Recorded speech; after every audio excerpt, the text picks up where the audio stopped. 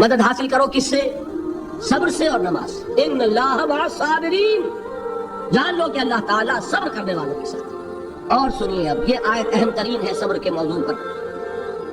وَلَنَبْلُوَنَّكُمْ بِشَيْءٍ مِّنَ الْخَوْفِ وَالْجُوعِ وَنَقْصٍ مِّنَ الْأَمْوَالِ وَالْأَنفُسِ وَالثَّمَرَاتِ وَبَشِّرِ الصَّابِرِينَ.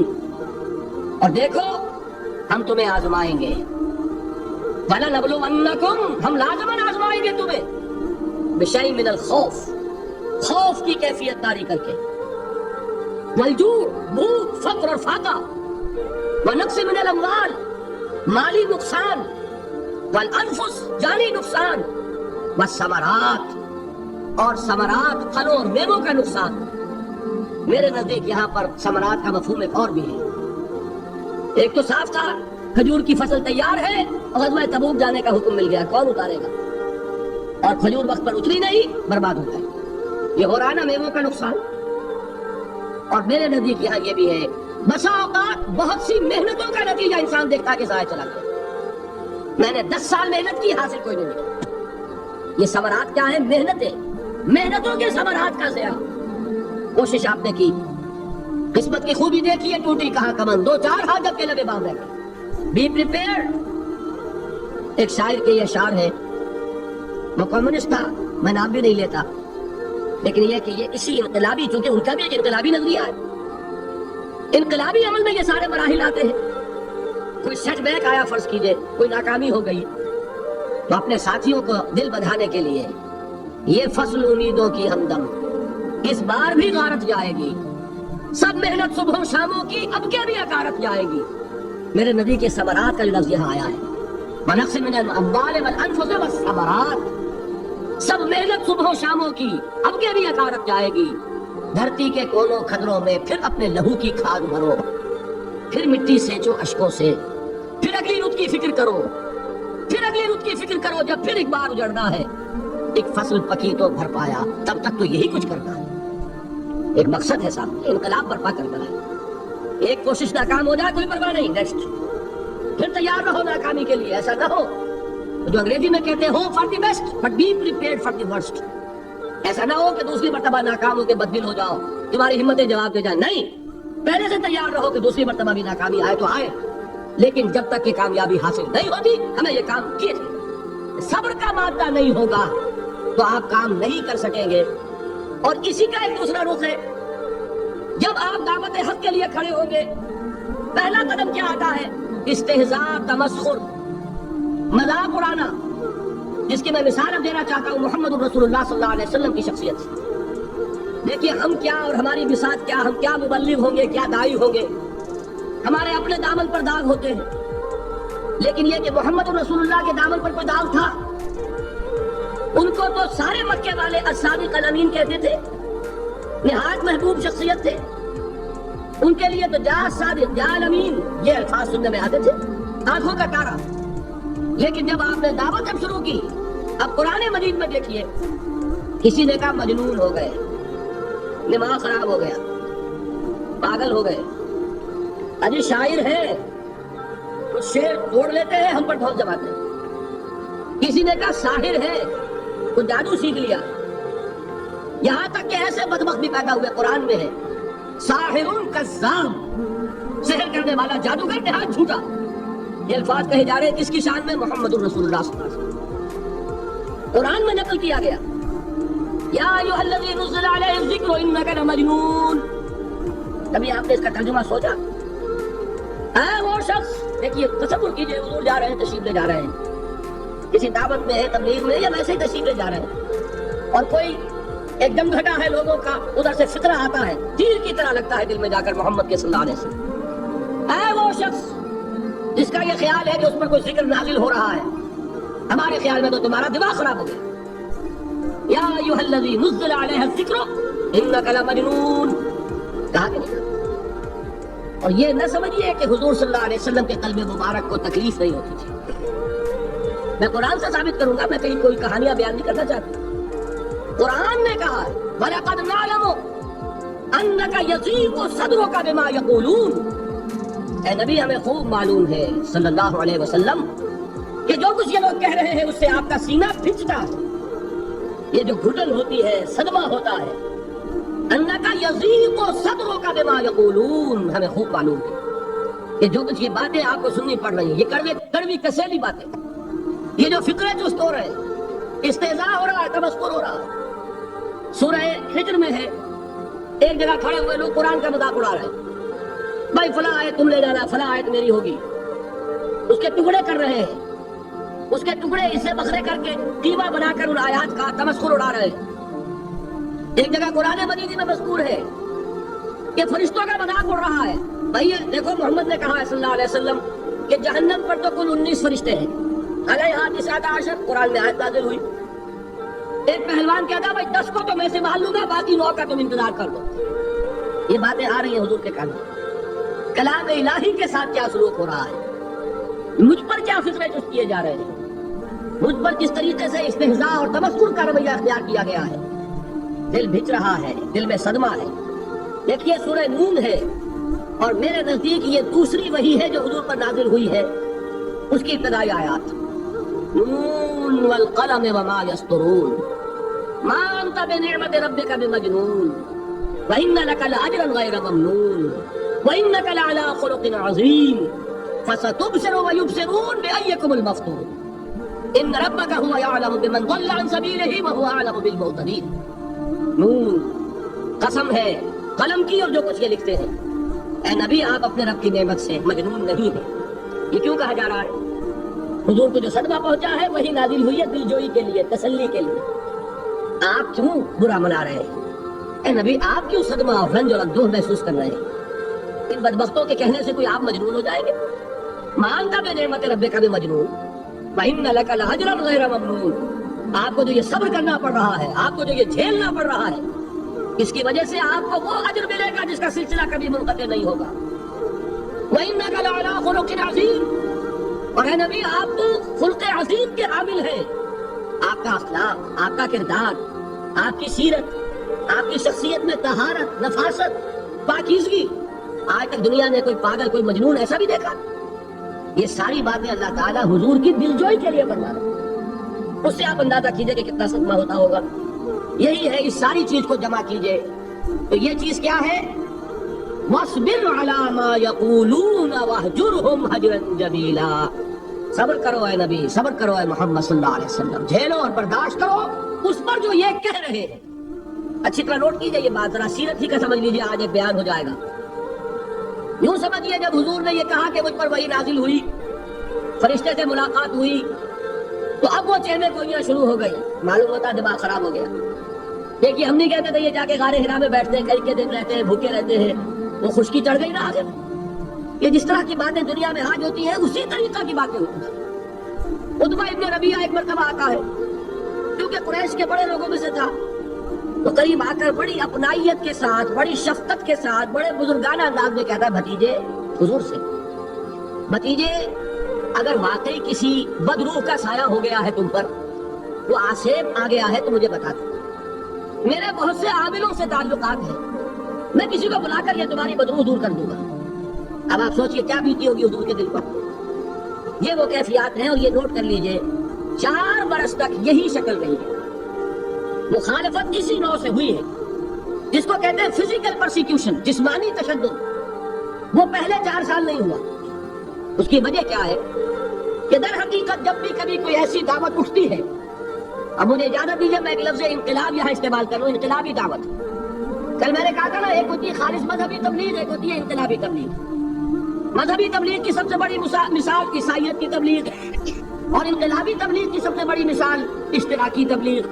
میں باہر سے مثالیں دے رہا ہوں، اندر سے نہیں دینا چاہتا۔ آگے یہ کہیں قدر گفتیں، باتیں فکر کن، آگے انسان اپنی عقل سے کام لے، سوچے، غور و فکر کرے۔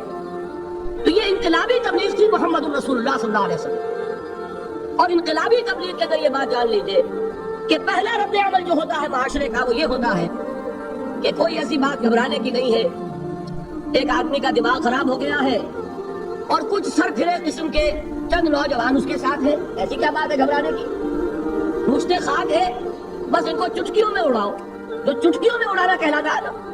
کسی کو قرآن مجید میں ایک اور جگہ کہا گیا ہے، یریدون لیطفئوا نور اللہ بافواہہم، یہ چاہتے ہیں کہ اللہ کے نور کو اپنے منہ سے بجھا دیں، پھونکے مار کے ہی بس۔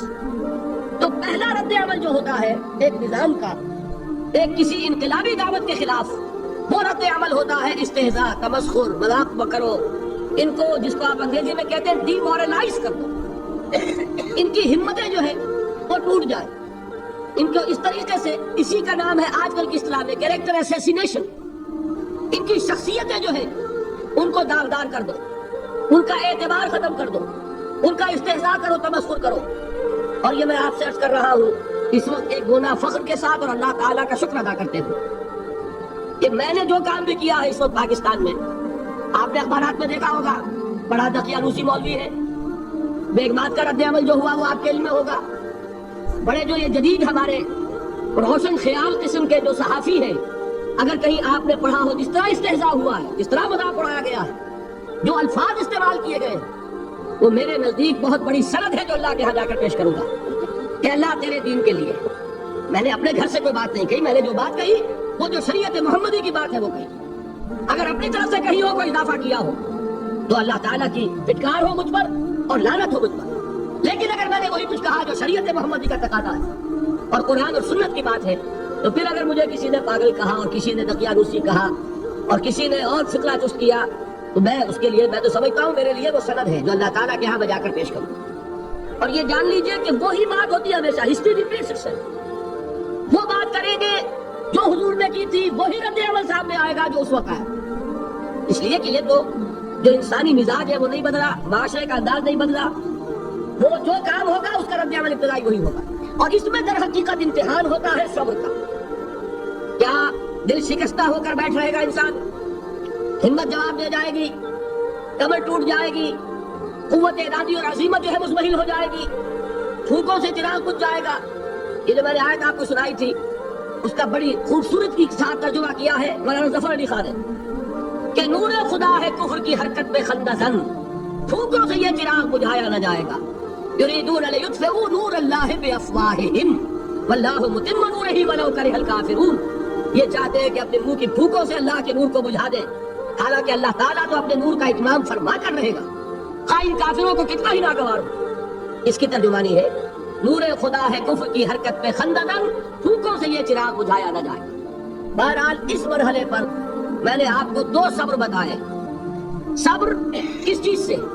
اپنا کیریئر دنیاوی جو بھی آپ حاصل کر سکتے تھے، ذہین آدمی ذہانت لگائے گا تو دین کی دعوت دے گا ایٹ دی انٹلیکچوئل لیول۔ اور یہ بات جان لیجئے کہ یہ چیز دنیا میں کسی کمائی کا ذریعہ نہیں بن سکتی، اسے قربانی دینی پڑے گی کیریئر کی، اپنے مفادات کی، تب کام کر سکے۔ عام آدمی وقت لگائے گا، صلاحیتیں سرف کرے گا، اپنی وہی اس وقت سے اور توانائی سے پیسہ بنا سکتا تھا۔ آج کل تو آپ کو معلوم ہے یہ بڑی سادی ہو گئی ہے، یہ حساب کتاب کی بات بہت سادہ۔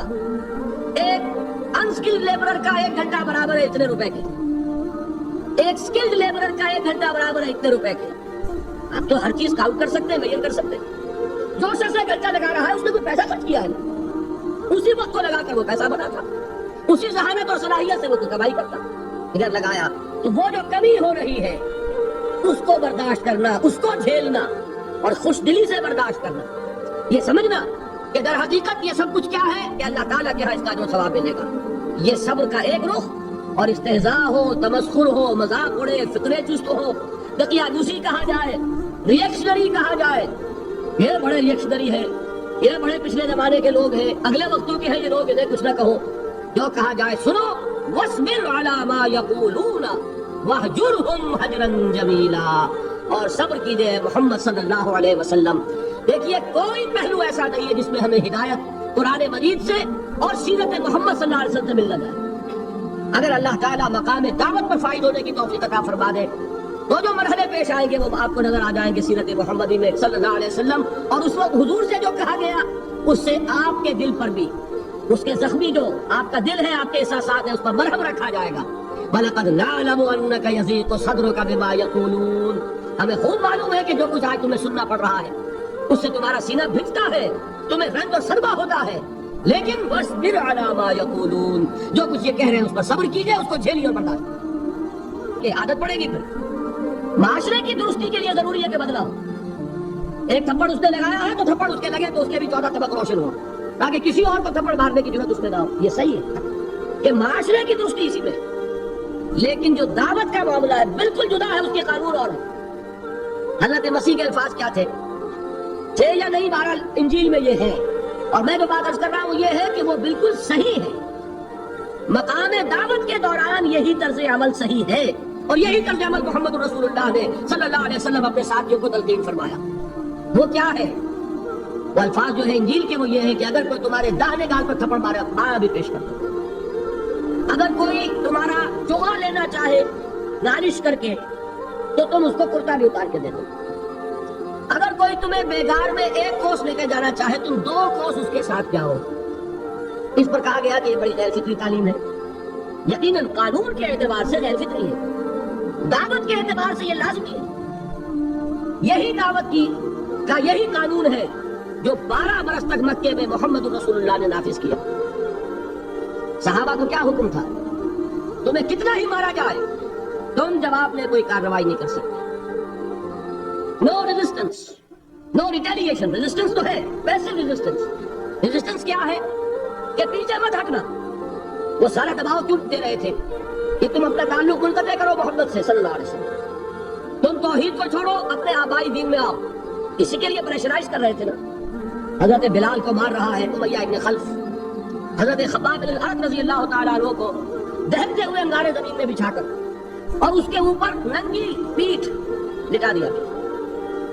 آپ ذرا تصور کیجئے، ایک شخص دیکھ رہا ہے کہ دہتے ہوئے انگارے بچھائے جا رہے ہیں، یہ میرے لیے تیار کیے جا رہے ہیں، اور پھر حکم دیا جاتا ہے کرتا اتار دو، کرتا اتار دیتا ہے، لیٹ جاؤ، لیٹ جاتا ہے. کیوں؟ بڑی خیر فطری بات ہے یہ تو. اسے ہاتھ پاؤں مارنے چاہیے. ایک آدمی ڈیسپریٹ ہو جائے تو آپ کو معلوم ہے اس کے اندر طاقت بہت آ جاتی ہے. اسے نظر آ رہا ہو کہ مجھے تو ڈھونڈ دیں گے، کباب بنا دیں گے، تو اگر اسے اجازت ہو 2-4 کو مار کر مرے گا. اجازت نہیں.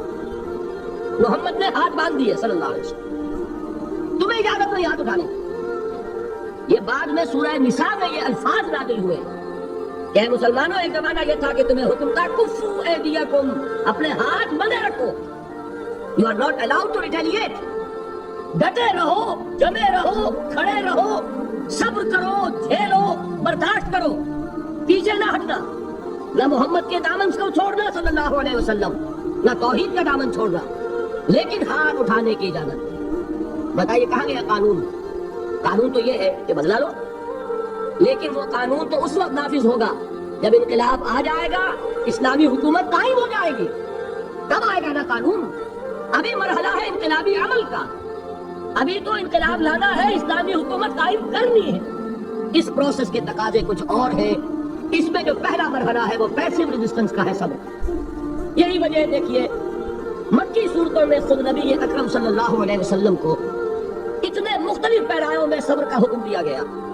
کچھ مثالیں میں دے چکا ہوں. وَلِرَبِّكَ فَاصْبِرْ، اسی طریقے سے وَاصْبِرْ كَمَا صَبَرَ أُولُو الْعَزْمِ مِنَ الرُّسُلِ، اے نبی صبر کیجئے جیسے کہ صبر کیا ہمارے اولو العزم رسولوں نے. وَاصْبِرْ وَمَا صَبْرُكَ إِلَّا بِاللَّهِ، اے نبی صبر کیجئے اور آپ کا صبر تو اللہ ہی کے سہارے ہے. وَاصْبِرْ لِحُكْمِ رَبِّكَ، یہ سورہ نون جس کی ابتدائی آیات میں نے آپ کو سنائی، نون والقلم وما يسطرون ما انت بنعمت ربك بمجنون، اس کا اختتام کیا ہوتا ہے؟ وَاصْبِرْ لِحُكْمِ رَبِّكَ وَلَا تَكُنْ كَصَاحِبِ الْحُوتِ إِذْ نَادَىٰ وَهُوَ مَكْظُومٌ. اے نبی صبر کیجئے، اپنے رب کے فیصلے کا انتظار کیجئے اور اس مچھلی والے کے مانند نہ ہو جائیے. مچھلی والا کون؟ حضرت یونس علیہ الصلوۃ والسلام. مچھلی والے نے اپنے دینی حمیت اور غیرت جو تھی اس کی وجہ سے اللہ کے حکم کا انتظار نہیں کیا، اپنی قوم کو چھوڑ کر چل دیا. نبی کا، رسول کا یہ معاملہ ہوتا ہے. جیسے کہ آپ کو معلوم ہے کوئی افسر ہے کسی حکومت کا، وہ اپنے پلیس آف ڈیوٹی کو نہیں چھوڑ سکتا. He must stick to his place of duty. بڑے افسر کے لیے تو یہ بہت بہت اہم بات ہے. تو اے رسول، جہاں آپ کو ہم نے تعینات کیا ہے آپ وہاں سے ہل نہیں سکتے. کہ ذرا مخالفت ہوئی، لوگوں نے فکرے تس کیے اور آپ کہیں اور چل دیے، دفعہ ہوئے، یہ بات نہیں سننا چاہتے، میں کسی اور کو سناؤں گا. ہو سکتا ہے نا، ہم تو کرتے ہیں نا یہ، اس لیے کہ ہمیں تو اللہ نے کہیں تعینات تو نہیں کیا نا. اگر ایک جگہ کے لوگ بات نہیں سنتے، چلو بھائی ہم کہیں اور جائیں گے، وہاں بات سنائیں گے. لیکن رسول کا معاملہ ہوتا ہے جو اس کی پلیس آف اپوائنٹمنٹ ہے. He cannot leave his place. Without the express permission of Allah سبحانہ و تعالی. آپ نے یہ سنا ہوگا، سیرت کی تقاریر میں پڑھا ہوگا کہ مدینہ کی طرف ہجرت کی اجازت حضور نے تمام صحابہ کو دے دی. خود منتظر رہے جب تک کہ اللہ کی طرف سے اجازت نہیں آئی. حضرت ابو بکر پوچھتے رہتے تھے حضور اجازت آگے کہ نہیں؟ ابھی نہیں آئی. حضور اذن آگے نہیں آیا؟ ابھی نہیں آیا. حبشہ کی طرف سب کو بھیج دیا، اجازت دے دی جو جانا چاہے چلا جائے. حضور کی صاحبزادی جو حضرت عثمان کے نکاح میں تھی وہ بھی ہجرت کر رہی، لیکن حضور تو نہیں گئے. رسول نہیں چھوڑ سکتا اپنی جگہ کو. یہاں تک کہ تمام تقریباً صحابہ چلے گئے، حضور رہ گئے، حضرت ابو بکر رہ گئے، حضرت علی رہ گئے. اور حضرت ابو بکر پوچھ رہے ہیں بار بار اجازت آئی یا نہیں؟ نہیں ابھی نہیں آئی. حضرت عائشہ نے واقعہ بیان کیا کہ ایک روز اچانک دوپہر کے وقت ہم نے دیکھا کہ حضور نے اپنے پورے جسم کو ڈھانپا ہوا ہے، چہرے کو بھی کپڑے میں ڈھانکا ہوا ہے اور تشریف لا رہے ہیں. یہ اس میں تعجب کی بات ہے کہ عرب میں آج بھی آپ کو معلوم ہے کہ یہ چیز جو ہے ان کی روایات کے خلاف ہے کہ دوپہر کے وقت کوئی کسی سے ملنے جائے. یہ وقت جو ہے قیلولے کا ہے، آرام کا ہے. آج کل وہ عصر اور ظہر کے مابین کا وقفہ تو ہے. ٹھیک دوپہر کے وقت تشریف لائے حضور. آپ نے آ کے حضرت ابو بکر سے فرمایا کہ اجازت آ گئی ہے. اس میں ایک قصہ تھوڑا سا اور بتا دوں، بہت دلچسپ ہے اور بہت ہمارے لیے سبق آموز ہے. حضرت ابو بکر نے بہت خوش ہو کر ایک بات کہی، حضور میں نے 2 اونٹنیاں تیار کی ہوئی ہیں. یعنی اب آپ وہ تو سوچتے تھے نا شاباش ملے گی کہ میں نے تیاری کی ہوئی ہے. میں نے 2 اونٹنیوں کو خوب کھلا پلا کے فرما کیا ہوا ہے، بڑی توانا ہے تاکہ ہم تیزی کے ساتھ سفر کر سکیں. حضور نے توقف کیا، فرمایا ہاں ٹھیک ہے، 1 اونٹنی میں استعمال کروں گا لیکن میں اس کی قیمت ادا کروں گا. حضرت ابو بکر کی آنکھوں میں آنسو آئے، روتے ہوئے کہا حضور مجھ سے یہ مغایرت، کیا یہ جان اور مال کسی اور کے لیے ہے؟ آپ مجھ سے بھی کہہ رہے ہیں میری اونٹنی جو ہے وہ بھی بلا معاوضہ آپ کو بولنے فرما رہے ہیں. یہ ہے محمد الرسول اللہ کی غیرت اور حمیت کا. ہمارا معاملہ جو ہے دین کی دعوت و تبلیغ کے اعتبار سے بالکل کچھ مختلف بنا ہوا ہے. اسی لیے وہ عزت نہیں، وہ وقار نہیں.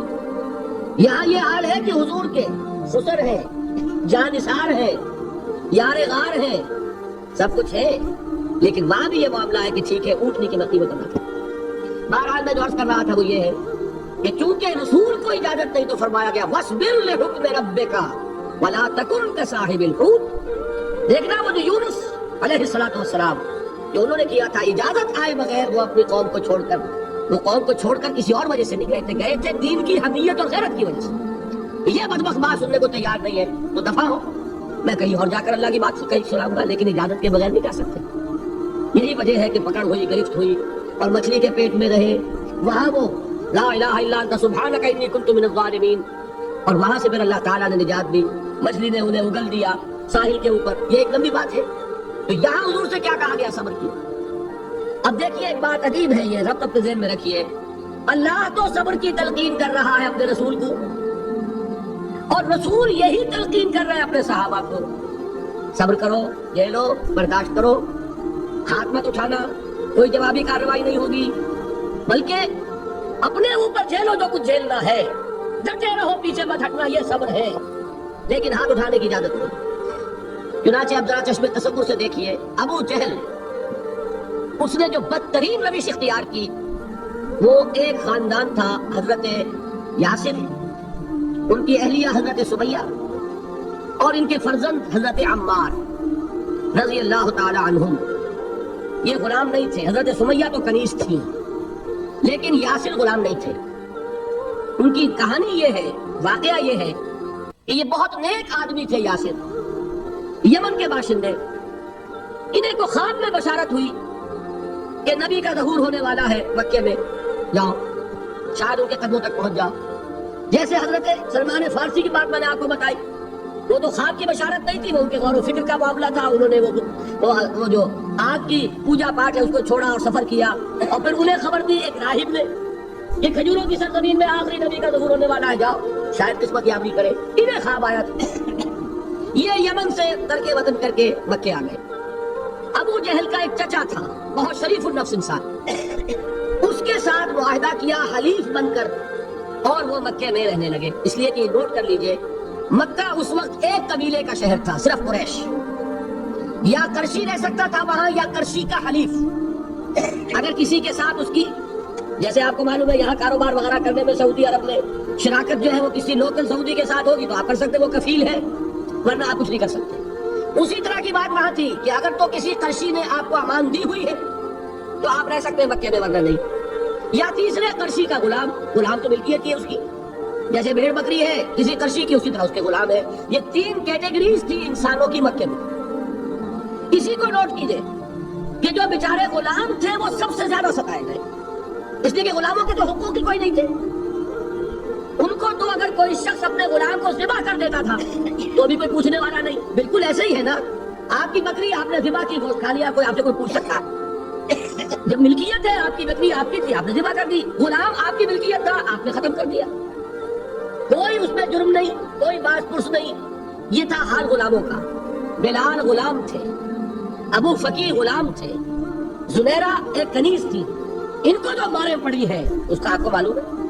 حضرت بلال کے ساتھ جو کچھ امیہ ابن خلف نے کیا کہ جس طریقے سے کہ حیوانوں کی لاشیں جو ہے کھینچ کر گھسیٹ کر لے جائی جاتی ہیں، ان کی گردن میں رسی ڈال کر گھسیٹتے، اسی طریقے سے حضرت بلال کے گردن میں رسی ڈال کر ٹھیک دوپہر کے وقت مکے کی سنگلاخ گلیوں کے اندر گھسیٹا جاتا تھا۔ نیچے زمین جل رہی ہے توے کی طرح، اور ویسا بھی ہوتا تھا کہ چٹکٹا دیا اوپر سے وہ آگ مکے کا کہ سورج جو ہے ذرا نوٹ کیجئے، آگ پر سارا نیچے زمین توے کی طرح جل رہی، اور ایک بھاری سل بھی لا کر جو ہے سر پر رکھ دی، چھاتی پر رکھ دی گئی ہے کہ آواز نہیں نکل رہی، جھاگ نکل رہے ہیں منہ سے، لیکن اس حال میں بھی احد احد احد، ایک اللہ، قل هو اللہ احد۔ یہ ہے وہ صبر، یہ ہے وہ صبر، صبر علی الابتلاء، صبر علی الایذاء۔ یہ ابتلاء اور ایذاء پر صبر ہے، جھیلو برداشت کرو، اس توحید پر قائم رہو، محمد کی رسالت کے اقرار کرتے رہو صلی اللہ علیہ وسلم، لیکن ہاتھ نہیں اٹھانا۔ اب میں آپ کو بتا رہا تھا یہ تو غلام تھے، یہ جو تھے یاسر یہ حلیف تھے، غلام تو نہیں تھے نا۔ البتہ وہ ابو جہل کے چچا کی کنیز تھی یہ سمیہ، انہوں نے اجازت لے کر ان سے نکاح کر لیا، یہ تو کنیز رہیں گی۔ بیٹا جو ہوا وہ بھی ایک طرح سے جب کنیز زیادہ ہے تو غلام ہو گیا، عمار ابن یاسر۔ وہ جو شخص تھا بہت شریف النفس ابو جہل کا چچا، وہ مر گیا۔ اب ابو جہل جو ہے اس خاندان کا سربراہ ہے، لہذا یہ تینوں جو افراد ہیں وہ اس کے رحم و کرم پر ہے۔ یاسر کو بھی پروٹیکشن اگر ہے تو ابو جہل کی ہے، ابو جہل جو چاہے کرے، اور سمیہ تو کنیز ہے ہی، اس کا تو کوئی حق ہے نہیں، جو چاہے کرے، اور عمار ان دونوں کا بیٹا ہے، لہذا بدترین معاملہ کیا ابو جہل نے ان 3 افراد کے ساتھ۔ حضرت سمیہ کے ساتھ جو کچھ کیا گیا ہے آپ اس کا تصور نہیں کر سکتے۔ بالآخر جو شہید کیا حضرت سمیہ کو ایذائیں دے دے کے، سسکا سسکا کے، ان کے جسم کے نازک حصوں کو جلا کے، داغ دے کر، کہتا کیا تھا؟ ایک دفعہ کہہ دو کہ میرا جو یہ بت ہے یہ بھی الہ ہے، مان لو میں چھوڑ دوں گا، چل آ گیا کسی طریقے سے، ایک دفعہ کہہ دو پھر میں چھوڑ دوں گا۔ لیکن یہ میاں بیوی حضرت یاسر اور حضرت سمیہ رضی اللہ تعالی عنہما، یہ ہے ثبات، یہ ہے صبر، یہ ہے استقلال، ایک مرتبہ بھی کہنے کے لیے تیار نہیں، جو چاہو کر لو، اب ہم تو اسے پیچھے نہیں ہٹے۔ تنگ آ کر اس نے حضرت سمیہ کی تو شرمگاہ میں برچھا مارا اور شہید کیا۔ حضرت یاسر کے بارے میں روایت یہ ہے، ستا ستا کے، تنگ کر کر کے، آخر کار جو ختم کیا انہیں شہید کیا کس طرح؟ 4 سانڈ اونٹ جوان، ان سے رسے باندھے، ایک رسے سے ایک بازو باندھا، دوسرے سے دوسرا بازو باندھا، تیسرے سے ایک ٹانگ باندھی، چوتھے سے دوسری ٹانگ باندھی، اور چاروں کو دوڑایا ہے کہ جسم کے برستے ہوئے۔ اس حال میں کیا ہو رہا تھا وہ میں بتا رہا ہوں کہ اللہ تو تاکید کر رہا ہے اپنے نبی کو اس میں، وَلِرَبِّكَ فَاصْبِرْ وَاصْبِرْ عَلَىٰ مَا يَقُولُونَ وَاصْبِرْ وَمَا صَبْرُكَ إِلَّا بِاللَّهِ وَاصْبِرْ لِحُكْمِ رَبِّكَ وَلَا تَكُنْ كَصَاحِبِ الْحُوتِ۔ اس وقت سامنے سے حضور گزرتے تھے جبکہ آل یاسر کے ساتھ یہ معاملہ ہو رہا ہے، کیا فرماتے تھے؟ اصبروا یا آل یاسر فإن موعدکم الجنہ، اے یاسر کے گھر والوں صبر کرو، جھیلو، اس لیے کہ تمہارے وعدے کی جگہ جنت ہے، اللہ تعالیٰ ادھر آنکھ بند ہوگی ادھر جنت میں تمہارا داخلہ ہو جائے گا۔ یہ ہے تواصوا بالصبر والعصر ان الانسان لفی خسر۔ یہ تواصوا بالصبر پر کون عمل کر رہا ہے؟ محمد الرسول اللہ صلی اللہ علیہ وسلم۔ اس میں بھی ایک بات ہے وہ بھی سمجھ لیجئے، دین میں جہاں عظیمت ہے رخصت کا پہلو بھی ہے۔ یہ جو نوجوان تھے، یہ بوڑھے والدین کا تو وہ مقام ہے، یہ رتبہ بلند ملا جس کو مل گیا، ہر مدعی کے واسطے دار الرسم کہا، حضرت سمیہ اور حضرت یاسر۔ نوٹ کیجئے، میں ایک اعتبار سے کہا کرتا ہوں سید الشہداء یہ بنے کہ نہیں بنے، ان کو جو فوقیت حاصل ہوئی، الفضل للمتقدمین، سب سے پہلی جان دینے والی یہ خاتون اور سب سے پہلی جان دینے والا اللہ کے لیے، توحید کے لیے، محمد کی رسالت کے لیے صلی اللہ علیہ وسلم، دے تو بھی محمد کی صداقت کی گواہی۔ یہ صداقت کی گواہی دیتے ہوئے انہوں نے اپنی جانیں دے دی۔ لیکن جو نوجوان عمار ہے اس نے رخصت کی راہ اختیار کی، جھیلا نہیں گیا، برداشت نہیں ہو سکا، ایک مرتبہ کلمہ کفر زبان سے نکال دیا، ابو جہل نے چھوڑ دیا، لیکن اب پشیمانی تاری ہوئی ہے میں کیا کر بیٹھا۔ اس کے بعد انہوں نے اپنے آپ کو ایک ستون سے باندھ لیا کہ حضور ہی آ کر مجھے اگر یہاں سے کھولیں گے تو میں کھلوں گا، ورنہ میں یہی اپنے آپ کو ہلاک کر دوں گا، مجھ سے کیا ہوگا۔ حضور خود تشریف لائے، دست مبارک سے کھولا، کہا کہ یہ بھی دین میں اجازت ہے، کلمہ کفر کہہ کر جان بچا لینے